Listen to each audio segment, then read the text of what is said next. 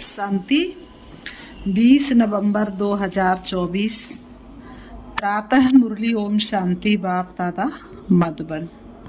आज बाबा ने सुनाया मीठे बच्चे, मन मनावव के वशीकरण मंत्र से ही तुम माया पर जीत पा सकते हो।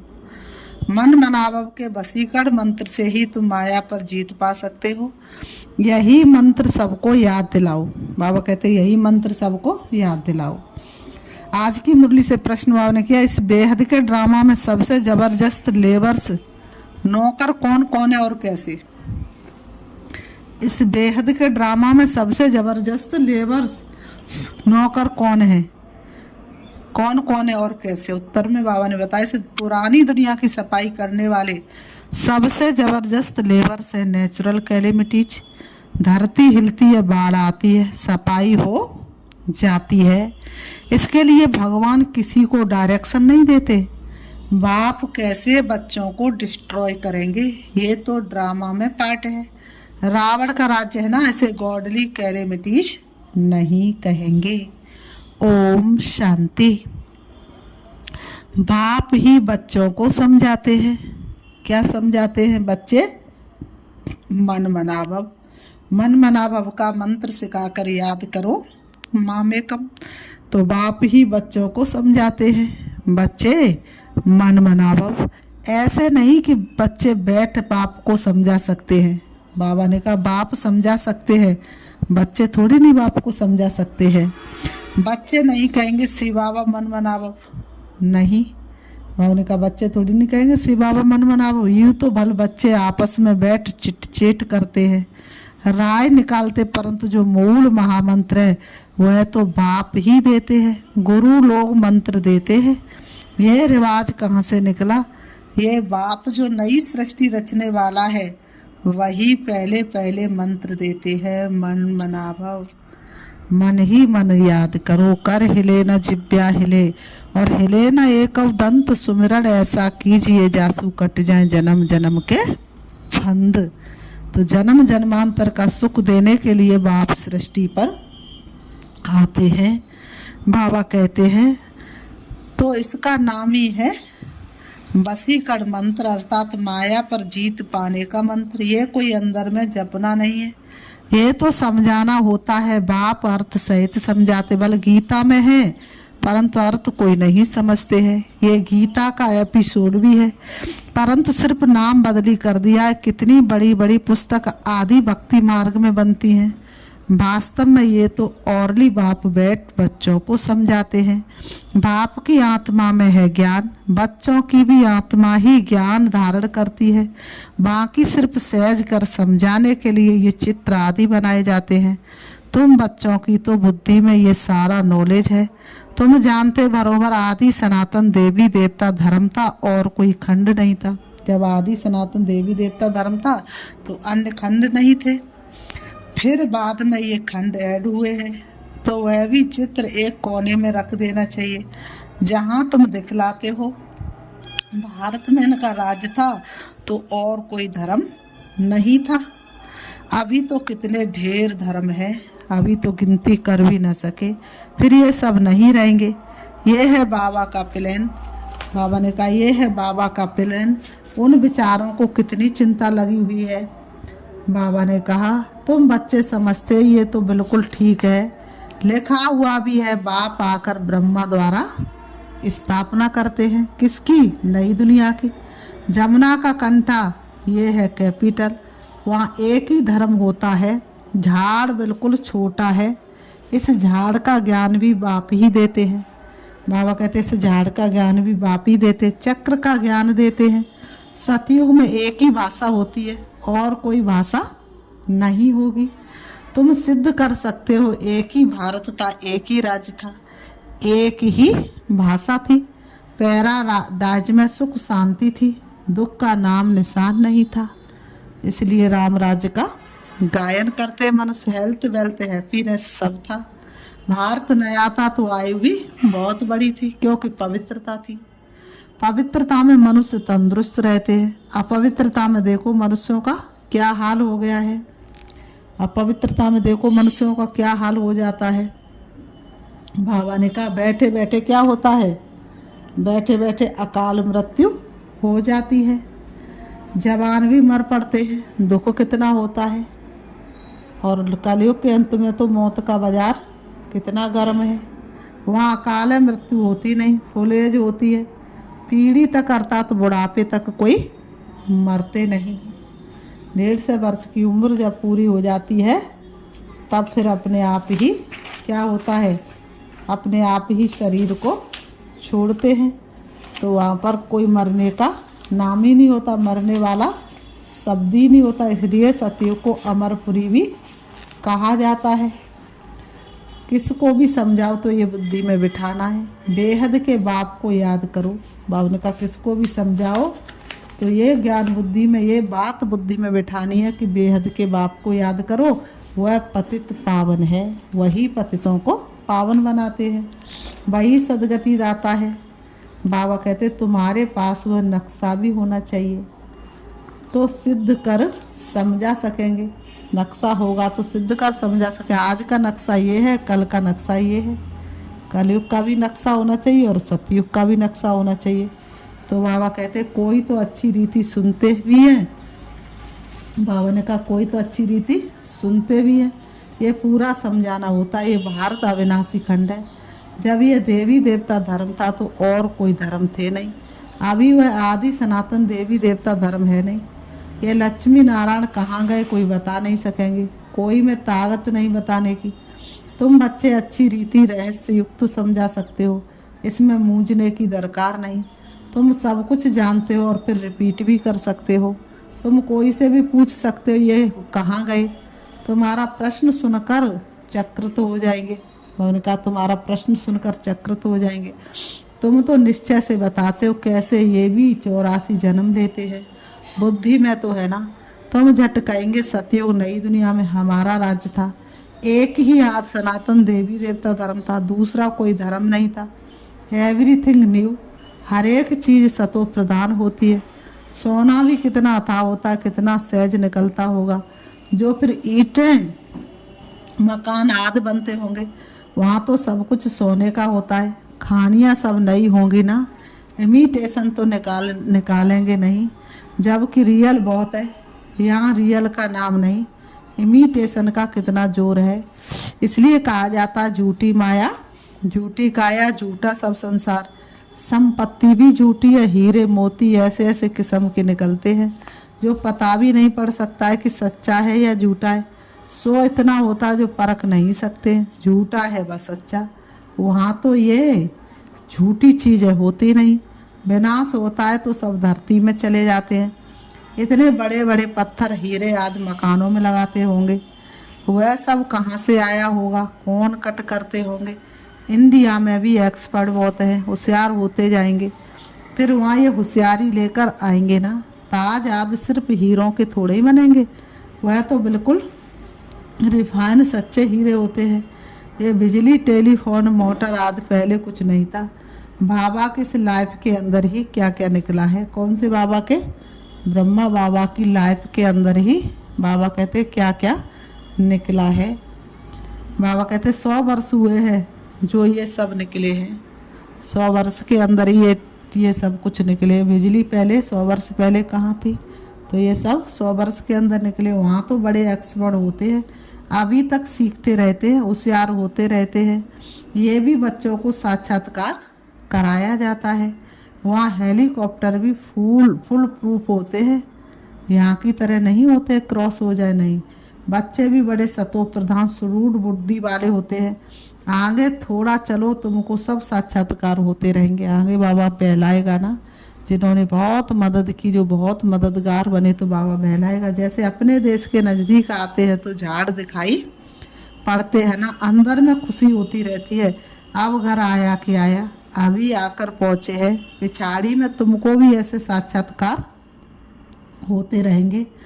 बच्चे समझते मोस्ट बिलवेड बाबा है, वह है ही सुप्रीम आत्मा। उनको सब याद भी करते हैं। भक्ति मार्ग में तुम भी याद करते थे ना परमात्मा को, परंतु ये मालूम नहीं था कि वह छोटा है व बड़ा है। परमात्मा के साज का तो पता नहीं था छोटा है या बड़ा है। बाबा कहते गाते भी है, चमकता है अजब सितारा भ्रकुटी के बीच में, गाते ना भ्रकुटी के बीच चमकता है एक अजब सितारा। बाबा ने कहा तो जरूर बिंदी मिसल होगा ना, उनको ही कहा जाता सुप्रीम आत्मा माना परमात्मा, उनमें खूबियाँ तो सब है ही। ज्ञान का सागर है, क्या ज्ञान सुनाएंगे। बाबा क्या है ज्ञान का सागर, तो क्या ज्ञान सुनाएंगे। वह तो जब सुनावे तब तो मालूम पड़े ना। तुम भी पहले जानते थे क्या, सिर्फ भक्ति ही जानते थे। तुम भी पहले ज्ञान जानते थे क्या, सिर्फ क्या जानते थे, भक्ति ही जानते थे। भक्ति में ही हिरे हुए थे, जिसने जो सुनाया उसी को सत सत करते रहते थे। अभी तो समझते हो, भावन का अभी तो तुम सब कुछ समझते हो, फिर तुमको क्या होता है, ज्ञान को जब सुनते हो तो तुम्हें हर बात में वंडर लगता है कि हम क्या थे और बाबा ने हमें क्या बना दिया। तो वंडर लगता है ना। आत्मा को भी आँखों से देख नहीं सकते तो बाप को भी भूल जाते। ड्रामा में पार्टी ऐसा है, जिसको विश्व का मालिक बनाते उनका नाम डाल देते हैं। जिसने बनाया उसको तो भूल जाते और जो बना उसका नाम डाल देते और बनाने वाले का नाम गुम कर देते हैं। श्री कृष्ण को त्रिलोकी नाथ बैकुंठ नाथ कह दिया, अर्थ कुछ नहीं समझते हैं, सिर्फ बड़ाई दे देते हैं। भक्ति मार्ग में अनेक बातें बैठ बनाई हैं। कहते भगवान में इतनी ताकत है, वह हजारों सूर्य से तेज है, लेकिन सूरज या चांद किससे तुलना करी तो करे तुम्हारी। भगवान की तुलना सूरज चांद सितारों से हम कर नहीं सकते हैं, सबको वशम कर सकते हैं। ऐसी ऐसी बातें बना दी हैं। बाप कहते हैं मैं बच्चों को चलाऊंगा कैसे, ये तो हो नहीं सकता। बच्चों को बाप डिस्ट्रॉय करेंगे क्या, नहीं, ये तो ड्रामा में पार्ट है। पुरानी दुनिया ख़त्म होनी है, पुरानी दुनिया के विनाश के लिए ये नेचुरल कैलेमिटीज सब लेबर्स है। कितने ज़बरदस्त लेबर्स है, पुरानी दुनिया को ख़त्म करने के लिए कितने ज़बरदस्त नौकर हैं। ऐसे नहीं कि उनको बाप का डायरेक्शन है कि विनाश करो, नहीं। तूफान लगते हैं फैमन होता है। बाबा कहते तूफान लगते फैमन होता है। भगवान कहते क्या ये करो, भगवान कहते हैं क्या कि ये करो, कभी नहीं। ये तो ड्रामा में पार्ट है। बाप नहीं कहते बॉम्ब्स बनाओ, ये सब रावण की मत कहेंगे, ये बना बनाया ड्रामा है। रावण का राज्य है तो आसुरी बन पड़ जाते हैं, कितने मरते हैं। आखिरी में सब जला देंगे। बाबा ने कहा आखिरी में सब जला देंगे, ये बना बनाया खेल है जो रिपीट होता है। बाकी ऐसे नहीं कि शंकर के आँख खोलने से विनाश हो जाता है, नहीं। शंकर को भी देवता कहते हैं, तो वह दुनिया का विनाश कैसे करेंगे। तो शंकर की आँख खुलने से विनाश नहीं होता है। इनको गॉडली कैलेमिटीज भी नहीं कहेंगे, इसको भगवान की देन भी नहीं कहेंगे, ये नेचुरल ही है। बाबा कहते ये नेचुरल ही है। अब बाप तुम बच्चों को श्रीमत दे रहे हैं, ब्रह्मा तन के द्वारा बाप क्या कर रहे हैं, बच्चों को श्रीमत दे रहे हैं। कोई को दुख आदि देने की बात ही नहीं। बाप तो है ही सुख का रास्ता बताने वाला। ड्रामा प्लान अनुसार मकान पुराना होता ही जाएगा। बाप भी कहते ये सारी पुरानी दुनिया हो गई है, ये खलास होनी चाहिए। आपस में लड़ते देखो कैसे है, बाबा ने कहा आपस में लड़ते देखो कैसे है। आसुरी बुद्धि है ना, जब ईश्वरी बुद्धि है तो कोई भी मारने आदि की बात नहीं। बाप कहते मैं तो सबका बाप हूँ, हमारा सब पर प्यार है।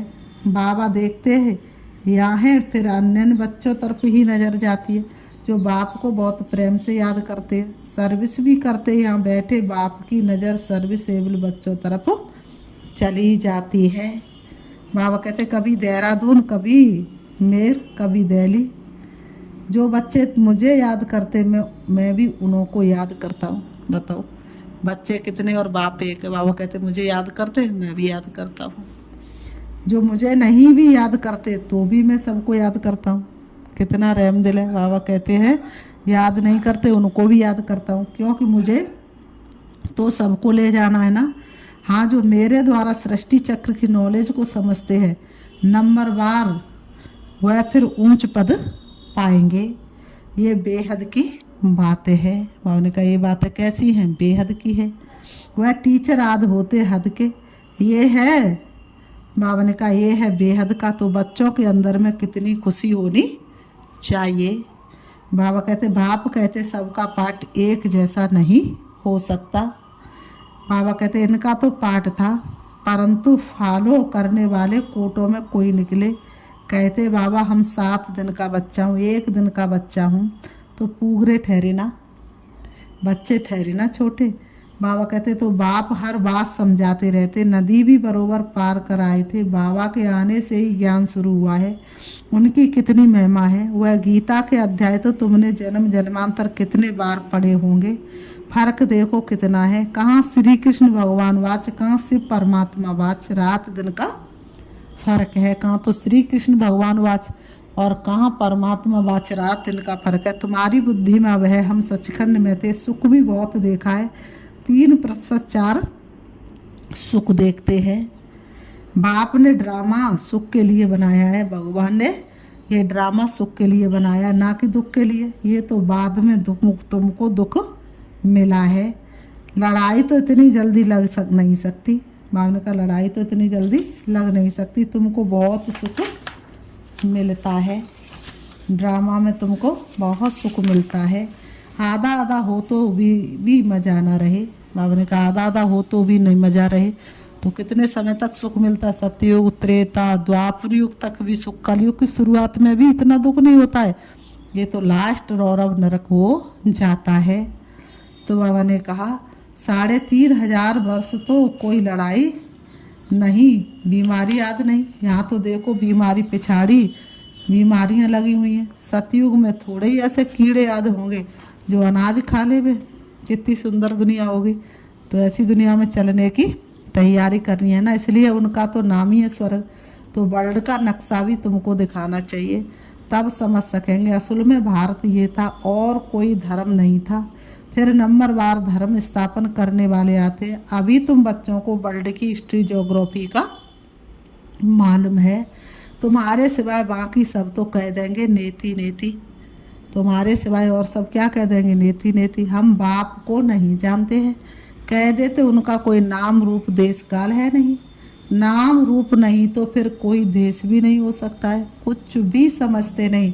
अब बाप अपना यथार्थ परिचय तुम बच्चों को देते हैं, तब भगवान आकर के अपना यथार्थ परिचय तुम बच्चों को देते। फिर बाबा कहते अच्छा मीठे मीठे सिखिलते बच्चों प्रति मात पिता बाप दादा का याद प्यार और गुड मॉर्निंग। रूहानी बाप की रूहानी बच्चों को नमस्ते, और हम रूहानी बच्चों की रूहानी बाप दादा को याद प्यार और नमस्ते नमस्ते नमस्ते। धारणा के लिए मुख्य सार नंबर 1, सदा अपार खुशी में रहने के लिए बेहद का बाप जो बेहद की बातें सुनाते हैं उनका सिमरण करना है और बाप को फॉलो करते चलना है। सदा अपार खुशी में रहने के लिए बेहद का बाप जो बेहद की बातें सुनाते उनका सिमरण करना है और बाप को फॉलो करते चलना है। नंबर 2, सदा तंदुरुस्त रहने के लिए पवित्रता को अपनाना है। प्रभु ने ब्रह्मा मुख से यही कहा, सबसे बड़ी पूंजी है पवित्रता। पवित्रता के आधार से हेल्थ वेल्थ और हैप्पीनेस का वर्षा बाप से लेना है। आज की मुरली से बाबा ने वरदान दिया है, सर्व प्राप्तियों को स्मृति में इमर्ज रख, सदा संपन्न रहने वाली संतुष्ट आत्मा भव।